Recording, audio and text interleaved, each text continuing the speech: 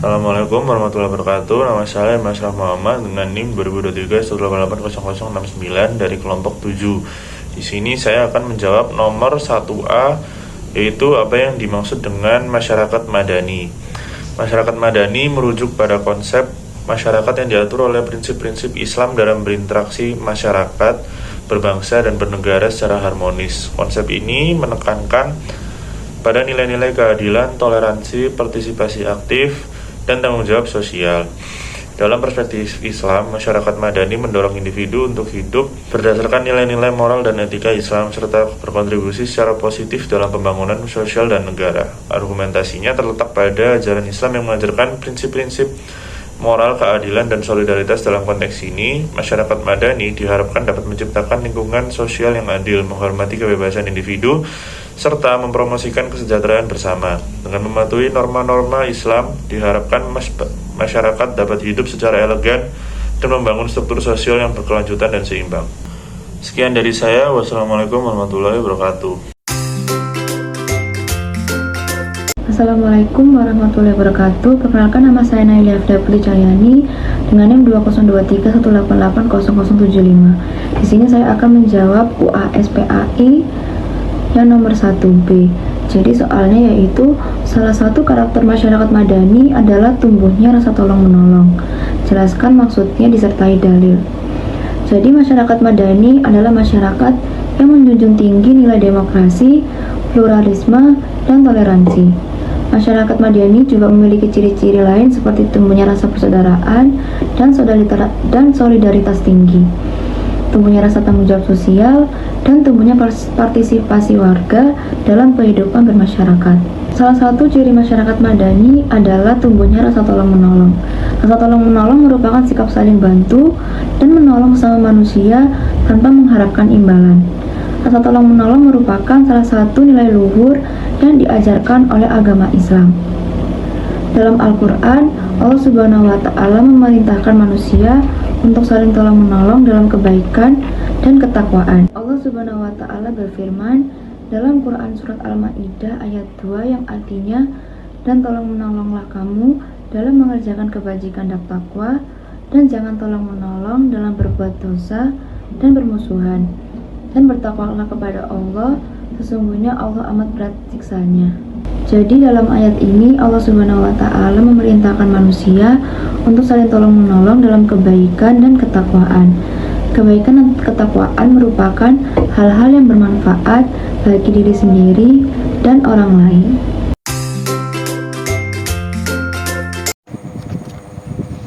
Assalamualaikum warahmatullahi wabarakatuh. Perkenalkan, nama saya Rosita Zahra Elvi Putri dengan NIM 2023 188800074. Di sini saya akan menjawab soal nomor 2, yaitu Islam dan kebudayaan adalah dua kata yang berbeda.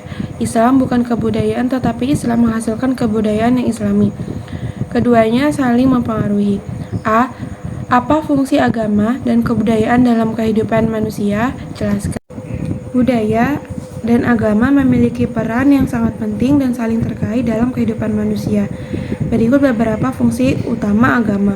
1. Menyediakan pedoman hidup dan makna. Lalu yang kedua, memberikan dukungan dan penghiburan. Yang ketiga, membangun komunitas dan identitas. Dan yang terakhir, mempromosikan perilaku prososial. Lalu ada fungsi budaya. Fungsi budaya yang pertama, menanamkan nilai-nilai dan norma-norma. Yang kedua, menghubungkan individu dengan sejarah dan warisan. Lalu yang ketiga, menumbuhkan kreativitas dan ekspresi diri. Lalu yang terakhir, memperkuat identitas kelompok. Hubungan antar agama dan budaya sangat erat dan kompleks. Seringkali keduanya saling mempengaruhi dan membentuk. Dengan agama memberikan nilai-nilai dasar dan kerangka umum, sementara budaya menerjemahkan ke dalam praktek dan ekspresi konkret. Agama dapat menginspirasi penciptaan karya seni dan ritual budaya, sementara budaya dapat mempengaruhi interpretasi dan praktik agama. Lalu yang kedua, B. Sebagai seorang muslim, bagaimana sikap terbaik terhadap budaya lokal? Sebagai seorang muslim, sikap terbaik terhadap budaya lokal adalah menerima dan menghargainya. Selama budaya tersebut tidak bertentangan dengan nilai-nilai Islam, budaya lokal merupakan warisan leluhur yang memiliki nilai-nilai positif, seperti nilai gotong royong, kerukunan, dan saling menghormati. Nilai-nilai tersebut dapat memperkuat persatuan dan kesatuan bangsa. Berikut adalah beberapa contoh sikap positif seorang muslim. Yang pertama, ikut melestarikan budaya lokal dan yang tidak bertentangan dengan Islam. Mendukung dan mempromosikan budaya lokal. Lalu menjadikan budaya lokal sebagai sarana dakwah Islam. Misalnya dengan memasukkan nilai-nilai Islam dalam budaya lokal atau menggunakan budaya lokal untuk kepentingan dakwah.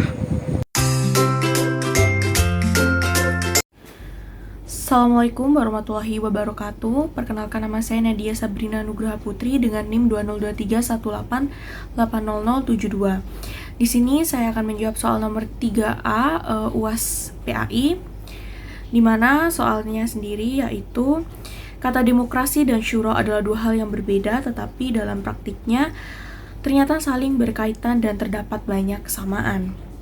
A. Baca surah Ali Imran ayat 159 secara tartil dan fasih, kemudian terjemahkan dan berikan komentar secukupnya terkait dengan syura. Baik, di sini saya akan membaca surah Ali Imran terlebih dahulu. A'udzu billahi minasyaitonir rajim. Bismillahirrahmanirrahim. Fabima rahmatin minallahi linta lahum walau kunta faddan ghalidhal qalbi lanfaddu min hawlik fa'fu anhum wastaghfir lahum wasyawirhum fil amr fa idza ghazamta fatawakkal 'ala Allah innallaha tuhibbul mutawakkilin. Artinya yaitu, maka disebabkan rahmat dari Allah lah kamu berlaku lemah lembut terhadap mereka. Sekiranya kamu bersikap keras lagi, berhati kasar, tentulah mereka menjauhkan diri dari sekelilingmu. Karena itu maafkanlah mereka, mohonkanlah ampun bagi mereka, dan bermusyawarahlah dengan mereka dalam urusan itu. Kemudian, apabila kamu telah membulatkan tekad, maka bertawakallah kepada Allah. Sesungguhnya Allah menyukai orang-orang yang bertawakal kepadanya. Surah Ali Imran ayat 159. Sedikit saja mengenai surah ini. Maksud dari ayat ini ialah urusan peperangan dan hal-hal duniawi lainnya seperti urusan politik, ekonomi, kemasyarakatan dan lain-lainnya. Allah memerintahkan kepada Nabi Muhammad SAW untuk dimusyawarahkan dengan para sahabat. Ayat ini turun berkenaan dengan peristiwa perang Uhud yang membawa kekalahan umat Islam. Nah, ayat ini sangat berhubungan sekali dengan kata syura yang dimaksudkan dalam soal ini juga. Jadi sedikit penjelasan saja, mohon izin. Kata syura dalam bahasa Arab yaitu syawara, yang secara etimologis berarti mengeluarkan madu dari sarang lebah. Sejalan dengan ini, kata syura dalam bahasa Indonesia menjadi musyawarah, mengandung makna bahwa segala sesuatu yang dapat diambil atau dikeluarkan dari yang lain termasuk pendapat untuk memperoleh kebaikan. Hal ini semakna dengan pengertian lebah yang mengeluarkan madu yang berguna bagi manusia. Dengan demikian, keputusan yang diambil berdasarkan syura merupakan sesuatu yang baik dan berguna bagi kepentingan kehidupan manusia. Sedangkan secara istilah dari beberapa ulama telah memberikan definisi syura yang dikutip dari buku Muhammad Iqbal, yakni seperti Ar-Roghib Al-Asfahani yang mendefinisikan syura sebagai proses mengemukakan pendapat dengan saling merevisi antara peserta syura. Menurut Ibnu Al-Arabi Al-Maliki, syura adalah dengan berkumpul untuk meminta pendapat dalam suatu permasalahan di mana peserta syura saling mengeluarkan pendapat yang dimiliki. Selain itu, definisi syura yang dikeluarkan oleh para pakar pemikir kontemporer diantaranya adalah proses menelusuri pendapat ahli dalam suatu permasalahan untuk mencapai solusi yang mendekati kebenaran. Nah, itu tadi penjelasan mengenai syura. Sekian dari saya. Apabila ada perkataan ataupun jawaban yang kurang tepat, mohon dimaafkan. Terima kasih. Wassalamualaikum warahmatullahi wabarakatuh. Assalamualaikum warahmatullahi wabarakatuh. Perkenalkan, nama saya Salwa Arfiko. NIM saya adalah 20231880077. Di sini saya akan menjawab pertanyaan UAS PAI nomor 3B, yaitu kata demokrasi dan syura adalah dua hal yang berbeda, tapi dalam praktiknya ternyata saling berkaitan dan terdapat banyak kesamaan. Jelaskan kontribusi politik umat Islam bagi NKRI. Nah, umat Islam sendiri memiliki peran yang sangat besar di perjuangan kemerdekaan Indonesia. Banyak sekali tokoh-tokoh umat Islam yang menjadi pejuang kemerdekaan, seperti contohnya adalah I.R. Soekarno, Muhammad Hatta, dan banyak lagi.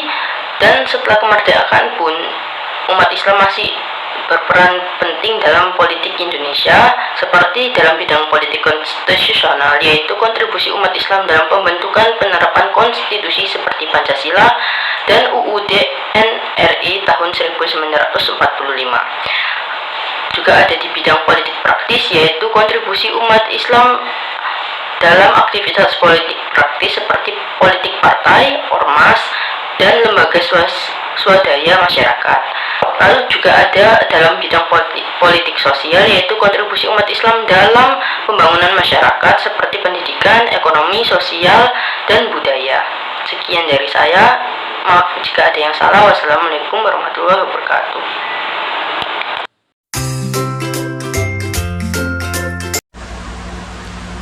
Baik, bismillahirrahmanirrahim. Assalamualaikum warahmatullahi wabarakatuh. Perkenalkan, nama saya Ahmad Alvin Yuhdi Davani dengan NIM 20231888073. Di sini saya akan membacakan surat Al-Alaq ayat 1 hingga sampai ayat 5. Bismillahirrahmanirrahim. Iqra bismi rabbikal ladzi khalaq. Khalaqal insana min 'alaq. Iqra wa rabbukal akram. Alladzi 'allama bil qalam. 'Allamal insana ma lam ya'lam. Yang artinya, dengan menyebut nama Allah yang Maha Pengasih lagi Maha Penyayang. Bacalah dengan menyebut nama Tuhanmu yang menciptakan. Dia telah menciptakan manusia dari segumpal darah. Bacalah, dan Tuhanmu lah yang Maha Mulia, yang mengajar manusia dengan pena. Dia mengajarkan manusia apa yang tidak diketahuinya. Sekian, wassalamualaikum warahmatullahi wabarakatuh. Assalamualaikum warahmatullahi wabarakatuh. Saya Karina Mafirasa Fitri dengan NIM 20231880071. Jadi di sini saya akan menjawab pertanyaan nomor 4B, yaitu buatlah narasi contoh kasus ayat Al-Qur'an yang berkaitan dengan integrasi antara iman, ilmu, dan amal. Di lembah hijau nan damai tinggallah dua sahabat karib, Zahir dan Zaid. Keduanya sama-sama pemuda, namun memiliki pendekatan berbeda terhadap kehidupan. Zahir beriman teguh, hatinya senantiasa berzikir dan meneladani Nabi. Namun dunia ilmu tak begitu diminatinya. Zaid sebaliknya, haus ilmu pengetahuan. Ia tekun mengenyam berbagai bidang, menguli ayat-ayat Allah dan alam semesta. Namun terkadang ia lalai menjalankan ibadah. Kehidupan mereka berlangsung tenang, hingga suatu malam, langit bergemuruh, gempa bumi mengguncang lembah. Panik, penduduk berhamburan menuju bukit. Zahir tanpa ragu segera membangun tenda pengungsian, merawat yang terluka sambil melantutkan ayat-ayat Al-Quran. Menenangkan hati semua orang, ia hanya berbekal iman dan niat tulus membantu. Zaid meski diliputi ketakutan, tak lupa mengamati getaran gempa, arah angin, dan kondisi sekitar. Berbekal ilmu pengetahuannya, ia memprediksi bahwa gempa susulan mungkin terjadi dan menganjurkan warga untuk berpindah ke lokasi yang lebih aman. Awalnya warga ragu, tak mempercayai Zaid yang jarang terlihat beribadah. Namun, melihat kesungguhan Zaid dan keakrabannya dengan Zahir, mereka akhirnya mengikuti sarannya. Tepat di pagi hari, gempa susulan benar-benar terjadi. Namun, karena sudah mengungsi ke tempat aman, tidak ada korban jiwa. Warga bersyukur dan memandang Zahir dan Zaid dengan penuh hormat. Mereka menyaksikan bagaimana ilmu Zaid dipadukan dengan iman dan amal Zahir telah menyelamatkan mereka. Kejadian itu menjadi titik balik bagi keduanya. Zahir menyadari pentingnya ilmu untuk memahami ayat-ayat Allah dalam alam semesta agar imannya semakin kokoh. Zaid pun tersadar bahwa ilmu tanpa pengalaman ibarat pohon tanpa buah. Sejak saat itu mereka bergandengan tangan, Zahir dengan iman dan amalnya, Zaid dengan ilmu dan pengalamannya. Mereka berdua menjadi pelita bagi lembah, menyebarkan cahaya keimanan, ilmu dan amal yang menyinari kehidupan masyarakat. Kisah ini merefleksikan ayat Al-Quran. Katakanlah, tambahkanlah kepada ilmuku. Quran Surat Al-Imran ayat 79. Ayat ini menekankan pentingnya integrasi iman, ilmu, dan amal. Menjadi akar yang kokoh, ilmu menjadi batang yang tegak, dan amal menjadi buah yang manis. Ketiganya bersatu padu melahirkan individu dan masyarakat yang kuat, tangguh, dan penuh berkah. Sekian dari saya. Wassalamualaikum warahmatullahi wabarakatuh. Bismillahirrahmanirrahim. Assalamualaikum warahmatullahi wabarakatuh. Perkenalkan, nama saya Muhammad Aksa Fitananda dengan NIM 20231880070. Pada kesempatan kali ini saya akan menjawab soal PAI nomor 5A, yakni manusia yang utama atau khairul ummah adalah manusia yang memiliki pemahaman ajaran agama Islam secara benar, mempunyai integritas yang tinggi, terutama nilai-nilai amanah dan kejujuran. A. Jelaskan pandangan Islam tentang amanah dan kejujuran disertai dalil ayat Al-Qur'annya. Baik. Amanah dan kejujuran adalah dua sifat mulia yang sangat dianjurkan dalam Islam. Amanah berarti menjaga dan menunaikan tanggung jawab yang dipercayakan kepada seseorang, baik yang berkaitan dengan urusan agama maupun dunia. Kejujuran berarti kesesuaian antara niat, ucapan, dan perbuatan seseorang. Kedua sifat ini merupakan tanda kesempurnaan iman seseorang muslim dan akan membawa kebaikan dan kebahagiaan di dunia dan akhirat. Dalil ayat Al-Quran tentang amanah dan kejujuran antara lain, yang pertama ada Quran Surat Al-Ahzab ayat 70, yakni Ya ayyuhalladzina amanu taqullaha wa yaqulu qawlan sadida. Yang artinya, hai orang-orang yang beriman, bertakwalah kepada Allah dan ucapkanlah perkataan yang benar. Kemudian ada lagi dari Quran Surat Al-Mu'minun ayat 8, walladzina hum li amanatihim wa ahdihim ra'un. Dan orang-orang yang menjaga amanat atau yang dipikulnya dan janjinya. Kemudian ada lagi dari Quran Surat Al-Baqarah ayat 283, yakni wa in kuntum ala safari wa lam tajidu kadiban farihanum maqbudah fa in amina ba'dukum ba'dan falyu'addil ladzi tumin amanatahu wa liyattaqillaha rabbah wa la taqtumus syahadah wa may yaktumha fa innahu asimun qalbuh wallahu bima ta'maluna alim. Dan jika kamu berada dalam perjalanan sedang kamu tidak mendapatkan seorang penulis, maka hendaklah ada barang jaminan yang dipegang. Namun jika sebagian kamu mempercayai sebagian yang lain, hendaklah yang dipercayai itu menunaikan amanahnya dan hendaklah dia bertakwa kepada Allah Tuhannya. Dan janganlah kamu menyembunyikan kesaksian, karena barang siapa menyembunyikannya, sungguh hati berdosa. dan Allah Maha mengetahui apa yang kamu kerjakan. Mencukup sekian dari saya. Terima kasih. Wassalamualaikum warahmatullahi wabarakatuh. Assalamualaikum warahmatullahi wabarakatuh. Nama saya Najwa Rofiko dan NIM saya adalah 202318880076. Kali ini saya akan menjawab soal UAS PAI nomor 5B, di mana soalnya sendiri manusia yang utama gairah umma adalah manusia yang memiliki pemahaman ajaran agama Islam secara benar, mempunyai integritas yang tinggi, terutama nilai-nilai amanah dan kejujuran. B. Ada pepatah yang mengatakan, tanamlah kejujuran, pasti engkau akan menuai kepercayaan. Jelaskan maksud ungkapan tersebut. Jadi, pepatah tersebut mengajarkan bahwa jika seorang berperilaku jujur dan tulus dalam tindakannya, dengan waktu akan memperoleh kepercayaan dari orang lain. Dengan menanamkan nilai kejujuran, seseorang cenderung membangun reputasi yang positif, yang pada akhirnya akan menghasilkan kepercayaan dari lingkungan sekitarnya. Ungkapan tersebut mencerminkan konsep bahwa tindakan jujur dan integritas menciptakan dasar yang kuat untuk membangun hubungan yang saling percaya. Seiring berjalannya waktu, orang lain akan cenderung melihat sebagai individu yang dapat diandalkan dan mempercayainya dalam berbagai situasi. Jadi, tanamkanlah kejujuran dalam perilaku Anda, dan seiring waktu Anda akan pasti menuai kepercayaan dari orang-orang sekitar Anda. Sekian dari saya. Wassalamualaikum warahmatullahi wabarakatuh.